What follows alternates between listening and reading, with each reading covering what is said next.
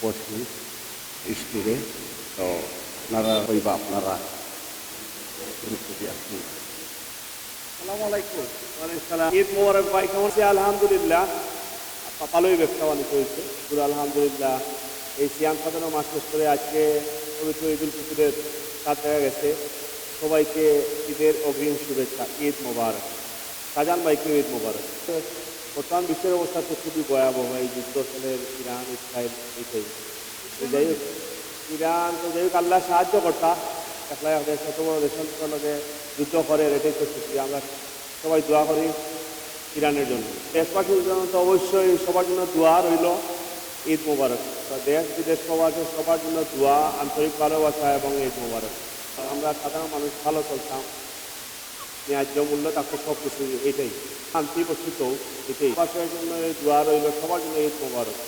আমার বাপুর নামে আছে ইনশাল্লাহ সালে এরকম দোয়া হবার জন্য সহযোগিতা দরকার, দোয়ার দরকার।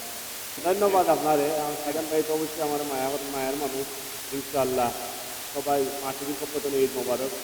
আমার দোকান আমি মুস্তাক আহমদর পক্ষ থেকে সবাই জন্য ঈদ মোবারক। সালাম আলাইকুম।